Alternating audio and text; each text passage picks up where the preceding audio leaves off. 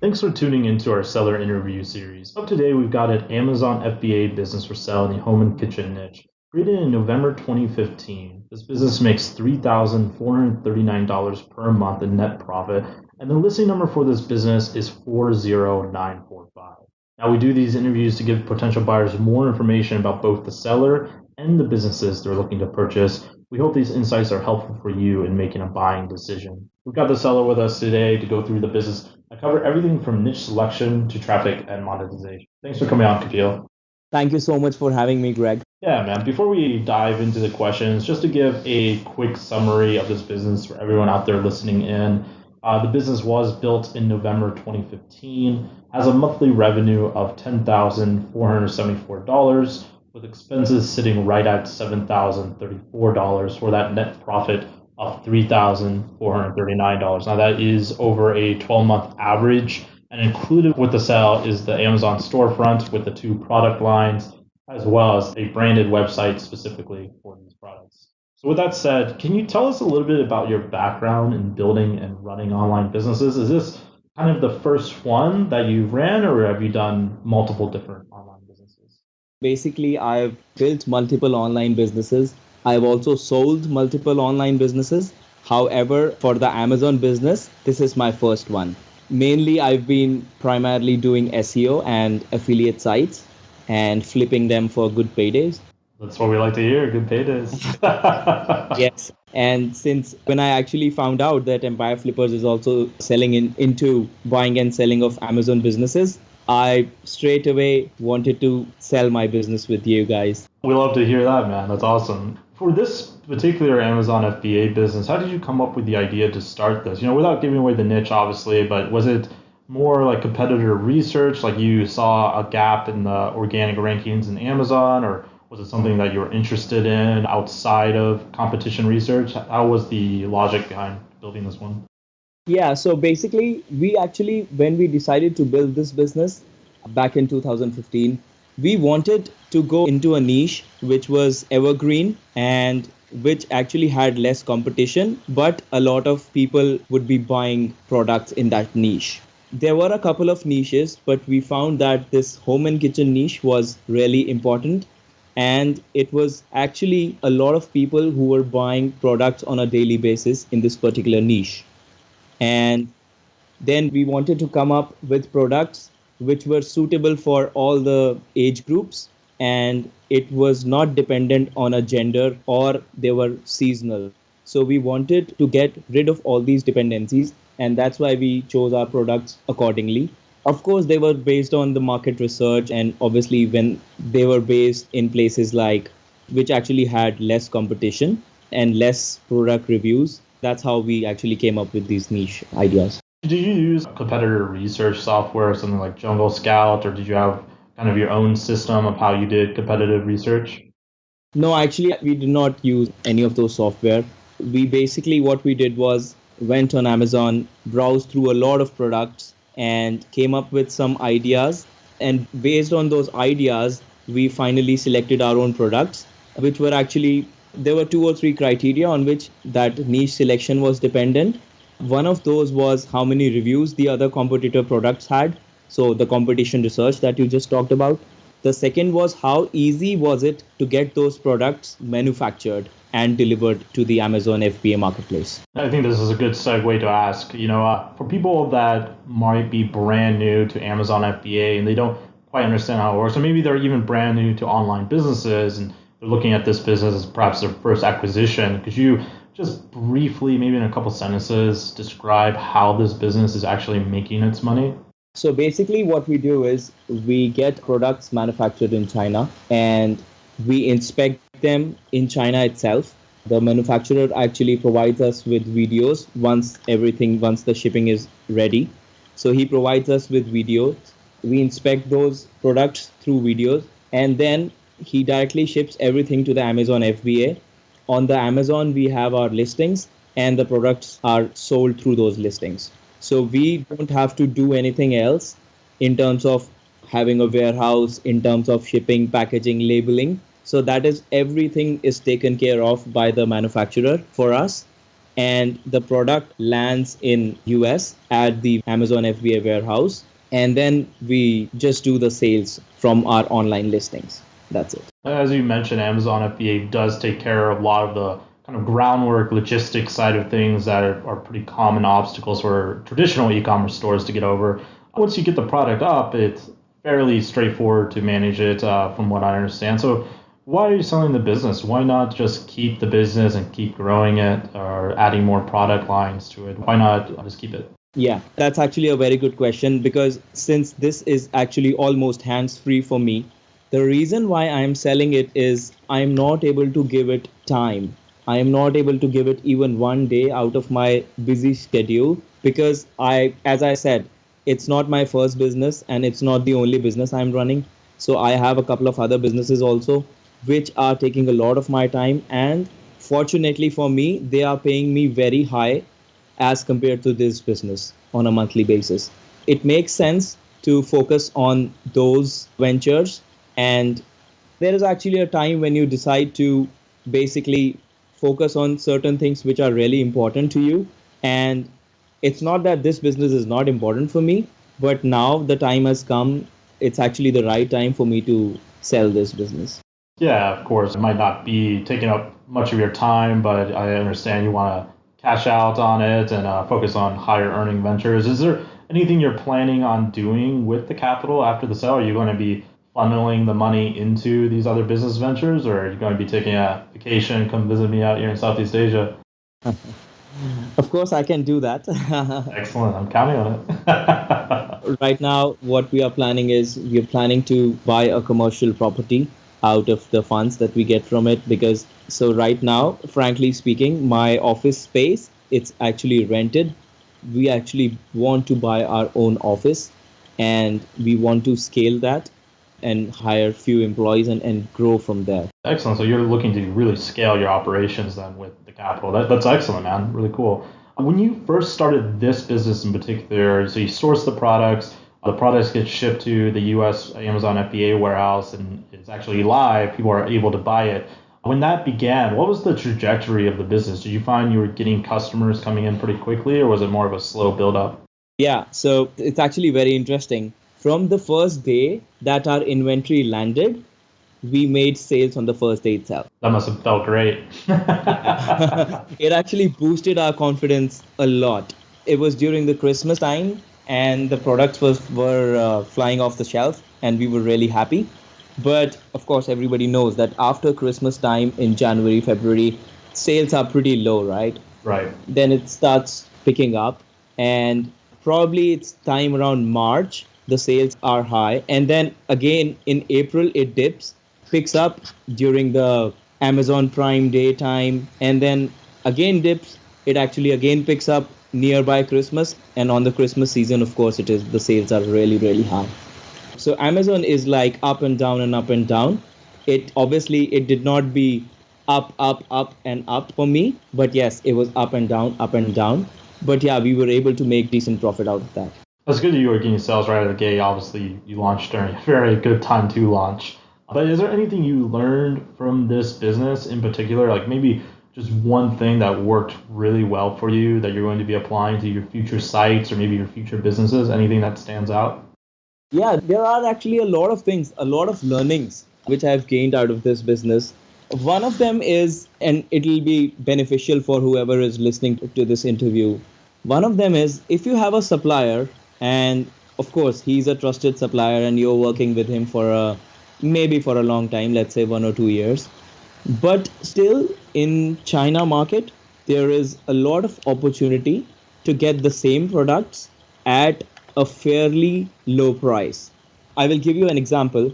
Initially, we were sourcing one of our products for a higher price, but when we actually, and I'm glad we found out initially itself that it was actually double the cost the manufacturer he was giving us. So immediately we changed our manufacturer and we got a very good cost for that product. That's a great point, and this is something we often tell Amazon FBA sellers and really anyone that sources products is that you should look into having multiple suppliers of the same product. 'Cause for you just increase your margins pretty drastically, it sounds like, from just doing that alone. But it's also good to have a backup in case the supplier goes out of business or changes their terms. You're not just like, you avoid that critical failure point by having multiple suppliers. That's a really good point. So I'm assuming that boosted your margins quite considerably. Yeah, definitely. Yes. That's awesome, man. Is there anything on the flip side, something that just didn't work, something you wish, like, you went, I really wish I hadn't done that?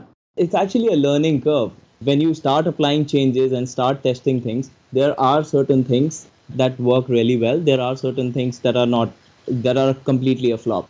So, yeah, there was one thing in between, I think, in the starting of 2016, I believe, we had launched a couple of products which were actually, they had some sort of a glue in them to which there were some stickers that were attached.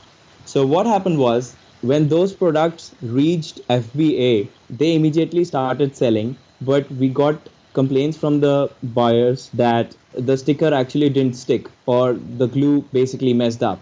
So what we realized was maybe due to the temperature variation, because we were air shipping, so maybe due to the temperature variation, this glue came off and all the stickers, they were not sticking properly. So we had to remove all that inventory from our account, and we also discontinued with the manufacturer for that thing. So that actually is a learning for me, because when you are basically shipping the products, you need to take care of all the aspects. However, I missed on this thing actually. So this gave me a good learning actually. That's an interesting point. One that I haven't really thought about too much is how shipping it could affect certain products. So right now you're doing inspection at the supplier, right? So are you Yes. doing anything, or maybe you just stopped selling something that might change during flight? Like, how do you mitigate that in the future? If you're doing quality control at the supplier, wouldn't it make more sense to do quality control once it actually arrives in the continent where the warehouse is and all that good stuff? Yeah, it actually, yes, it makes sense. But the kind of products that we have, we don't necessarily require that. Okay, so you moved kind of away from the glue Yeah, situation. yeah, yeah. That's good. Moving into some traffic questions here. Are you mainly getting your customers coming from Amazon organic keywords? Are you doing PPC? What kind of traffic sources are you currently utilizing? So currently we only have people coming from Amazon Organic and Amazon PPC. We are not utilizing outside source traffic.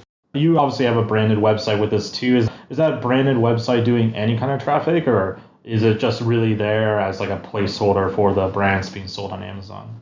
Yeah, it's just really there. But I was actually looking at it last week when the business actually went online for sale, and the traffic actually has increased. I'm surprised, and that's actually a very good opportunity for whoever who buys the business, because since the traffic has increased, and I also saw that the website is ranking for a number of good keywords on the second page of Google, Ah, nice. easily brought to the first page, and the new buyer can get a lot of organic traffic from Google as well. Now, is that website currently on a Shopify store? How is it implemented with your Amazon FBA storefront? Is it just like a link that sends them to Amazon currently, or do you have something else set up? Yeah, it's a WordPress website and which has a link which sends the buyer directly to the Amazon store. Are you using Amazon affiliate links towards that, or? No affiliate links. Ah, cool, man. That's definitely an interesting opportunity for someone to take over and grow the SEO on that site. As far as earnings go, you mentioned that there was kind of some dips here and there, but is there any real seasonality throughout the year that you notice outside of Christmas, of course, which will always be a bit of a spike? Does it remain pretty even throughout the year? Yeah, it's actually even. The sales are pretty much even. It goes a little bit up, little bit down. But of course, after Christmas, it goes down. And during the Prime Day time, it goes up. Yeah, so that's pretty much about it. Between your two products, is one of them, you have two SKUs, is that correct? Yes. And between those two, is there one that's like the clear winner that's earning the lion's share of the income, or is it kind of spread between those two? Actually, that's a very good question. And we are also not able to identify that since a long time now because there is no clear winner. We were expecting one of those to be. So, as we expect that this one is winning, the next day, the sales, you will see the other one's sales going higher than the other one. That's actually awesome news. It definitely spreads the risk if, for whatever reason, one falls out of popularity. Maybe the other one can carry The tide there. That's good Yeah. news, actually. That's really cool. As far as opportunities go, or actually, before I move into opportunities, you said you were shipping that glue product by air. Are you shipping these current products by air? Yes, I've always done air shipping because I'm very particular about not going out of stock on Amazon, because when you are out of stock, it kills your rankings. Right. So I'm quite particular about that. I plan well ahead of time for all my inventory. We are generally shipping by air, but yes, this is another opportunity for the buyer. If they ship by sea, they will save a lot of money on the shipping side. Definitely. Longer turnarounds, of course, but with the right person who understands the logistics of it, could be a good opportunity there. And speaking of opportunities, let's hypothetically pretend you're not going to sell the business and you wanted to grow it. What would be the least risky path, in your opinion, to focus on to grow this business? So basically, if I want to stay with the business, first of all, I would, yeah, as I said, I would order more, save on those lines, because right now I'm ordering in batches of 1,000. So I would probably order 2,000, 3,000, 5,000 maybe, and get them shipped by sea. And I'll plan well ahead. I'll plan 3 months ahead. By the time when Christmas comes, I have enough stock. I will never go out of stock during that time. And that stock will be pretty cheap as compared to the current rates that I'm having right now for landing. So the profit margin is quite increased by going by boat versus air then. Yes, definitely. On the flip side here, which I like your point, I think that is a very risk averse way for someone to grow the business for sure. But on the flip side here, let's say you were incredibly risky, just kind of threw caution to the wind, and you wanted to grow the business as fast as possible. What is it that you do? So, first of all, see, there are two kinds of things to grow. First, if you are reducing your costs, you are increasing your profits. And second, if you are increasing your sales, then also you are increasing your profits. Right. So for reducing cost, I already talked about the shipping by sea and getting products in bulk. The second thing is I've already done this with one of my products. I told you that I reduced it by half when I switched the manufacturer. I actually did the time to do this with my other product. People can easily go to sites like 1688.com, and there are other marketplaces also which tell you how much the prices of the actual products are in China, so for their local marketplaces, and you can always go back to your manufacturer and ask them if that's possible to reduce the price, or you can always switch the manufacturer. So this would be to save the landing costs so that your profit margins increase. In terms of increasing the sales, first of all, as we already talked about, the website that has been there, it can be easily promoted online, and probably in 2 or 3 months of time it will be ranking on the first page of Google and getting some traffic from it. Apart from that, people can also run sponsored ads on Google as well as Facebook to get more traffic from other traffic sources. So this also increases your organic rankings in Amazon, because Amazon sees that the outside traffic is coming and rewards you for that. The second thing is the buyer can actually, if he wants to spend, he can actually take consultation from people like Brian Johnson, who is an expert in Amazon PPC ads. We were actually planning at some point of time last year, we were planning to take consultation from him. But as I said, I was keeping so busy, I was not able to do that. Yeah, I understand. So I was saying that tweaking sponsored ads in your Amazon can also bring down your ad costs and increase your profit margins. Speaking of split testing, have you used any software like Splitly at all to test your actual listing page, like the copy on the listing page? No, I haven't. And that's actually a good idea to use that. Yeah. It seems like a great software. Definitely other sellers have sworn by it in the past. We talked kind of about the opportunities here and what you do if you're incredibly risky. What is the biggest risk to this business that a buyer should be aware of before they purchase it? The biggest risk actually I fear is the competition, because when the competition grows, what new sellers do is they reduce the price, and since they are also bidding on the ads with you, the overall ad spend goes high. It is actually, basically, I would say one should be patient at that time, because these new sellers, they don't last forever. Basically, they'll come and go, and whoever is persistent and has patience, those guys only stay in the competition. So you're saying there's a lot of new sellers that might come into the marketplace, but more or less, often they just fail and leave. It's from the sounds of it. Yeah, I'm saying this because I've seen that. Interesting. Obviously, another risk is definitely you are playing on the Amazon FBA platform. They can change the rules anytime. But if a new buyer is looking to grow outside and you already have that website that's starting to rank, that might be a good way to mitigate against that risk.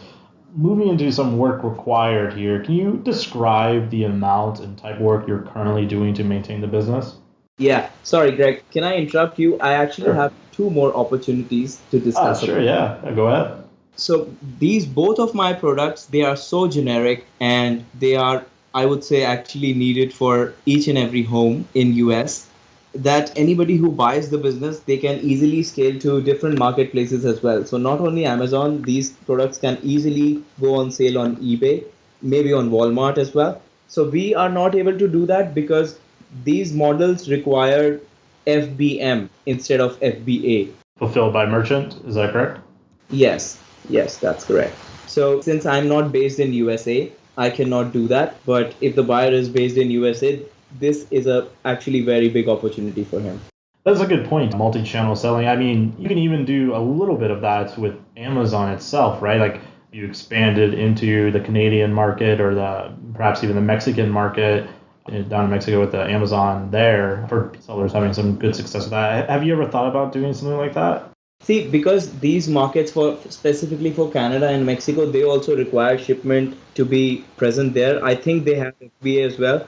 We actually were fearing the risk of the shipment going there and getting stuck in customs because we don't have any links in these countries. As far as US is concerned, we have links in US. So if anything is stuck in custom, we can get stuff out. Makes sense. Yeah. So the second good opportunity would be since this is a home and kitchen niche, there are a lot of mommy bloggers out there online, and basically we can easily collaborate with them.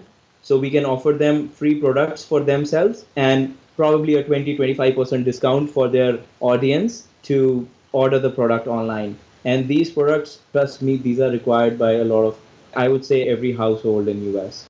I like that idea with the mommy bloggers. That's a good way to jumpstart the website too, right? With backlinks and getting their audience onto your website and get Yeah. all the Facebook retargeting pixels from there. So yeah, great idea as well. Yeah. So these mommy bloggers, they have Facebook group as well. So even if you don't want to directly communicate with them, you just join their groups and show your Facebook ads just those members of the groups. So that way you will be easily able to get some sales. So moving back into the work required, what is it that you're doing currently on a weekly and monthly basis just to maintain where the business is at right now?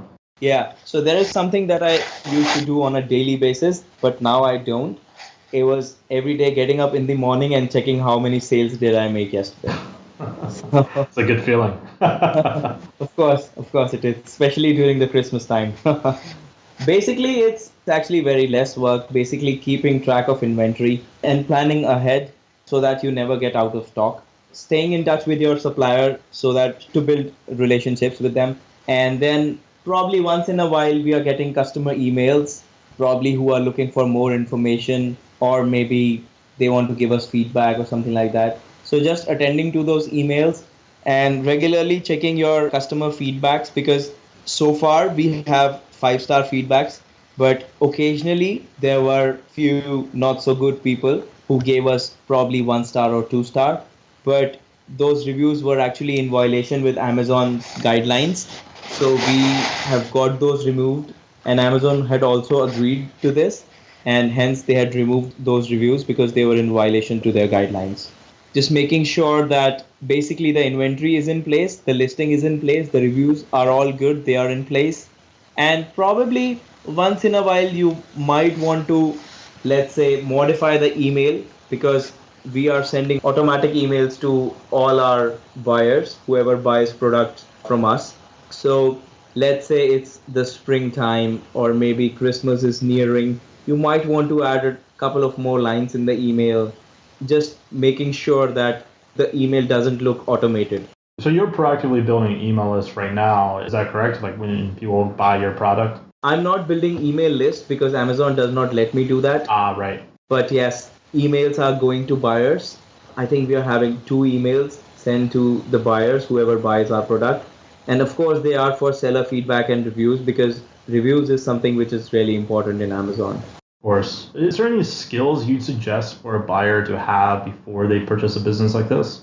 So basically, I would not suggest any skills to have. I would just say he should have basic knowledge about what goes on, like just the basic knowledge, like the product is being manufactured in China and it's being shipped to Amazon FBA, and then sales go from there. Amazon handles the returns and everything. So just the basic knowledge of the Amazon system, basically to understand what's going on. Another thing I would suggest is that to have knowledge about what the customer thinks. So it is very important to penetrate a customer's mind who is buying your product. So because if your listing or your storefront is not in accordance with what customer is looking for, he will never buy your product. So I would suggest, yes, some knowledge of what the customer, what your ideal target audience is required. Apart from that, there is no software knowledge which is required, nothing like that. Cool, yeah. So moving into some wrap-up questions here, would you be willing to commit to a non-compete with the new buyer? Yeah, sure, definitely. And how much support would you be willing to offer that buyer? I am basically available almost 24 by 7 on Skype, but I would say I can offer 2 months of email support, and I can also offer a weekly Skype call for 30 minutes for the buyer if he has any questions or he wants understanding of something which is necessary. Excellent. That's pretty good support. Are you obviously the best case scenario here is for you and for Empire Flippers is someone comes in and buys this business for full price, but would you at all be open to an earnout or a split of some kind, like say 80% up front and maybe the remaining 20% after a certain training period, or maybe an earnout of some sort? See, basically, as I said, I need to buy an office, a commercial property, and in addition to this, I would need more funds. I would actually be, it will be great for me to have 100% of the funds in one go so that I can also plan my businesses over here. Exactly. Obviously, it's a very individualized case by case basis, but yeah, that makes sense. So I have one last question for you, but before I ask it, I just want to give a quick summary again for everyone out there listening in about this business. As I mentioned, it was built in November 2015, has a monthly revenue of $10,474, with expenses sitting at $7,034 for that total net profit of $3,439. That is over a 12-month average, and included with the sales, the two product lines with the Amazon storefront, as well as the branded website. So my final question for you is, what is your best pitch in 30 seconds or less on why someone should purchase this business? Okay, so since this business is an evergreen niche, basically home and kitchen niche, which is used by every household in US, regardless the gender of people who are living there and the age of people who are living there. So it's actually a proven business opportunity. We already have good profit margin on a monthly basis, and it has a lot of opportunity to grow this business and to also cross promote your product. So if one person is looking at your product in the home and kitchen niche, you can promote other products as well in the home and kitchen niche. So I've seen a lot of people buying both of my products together. Overall, this business offers a really great opportunity for whoever buys it because of the niche and the kind of product selection it has. And of course, it has a proven track record. Those are all great points, and as Amazon continually changes the terms with Amazon FBA, these older accounts with good reviews definitely become more valuable to people looking to launch new products or just have proven products. That in Yeah. of itself is Yeah. great. Yes. So with that said, for everyone out there, if you're watching this on YouTube and you want more information about this business, the link will be below the video that would take you to the marketplace listing. If you're watching this on the actual listing page and you want more information about the business, you can become a depositor today. It's super simple. All you do is click the button, make a deposit, and you'll be given everything you need to review this business. So Kapil, thank you so much for coming on, man. It's been an absolute pleasure talking with you. Thank you. Thanks a lot, Greg, for having me. Really a pleasure. Thank you.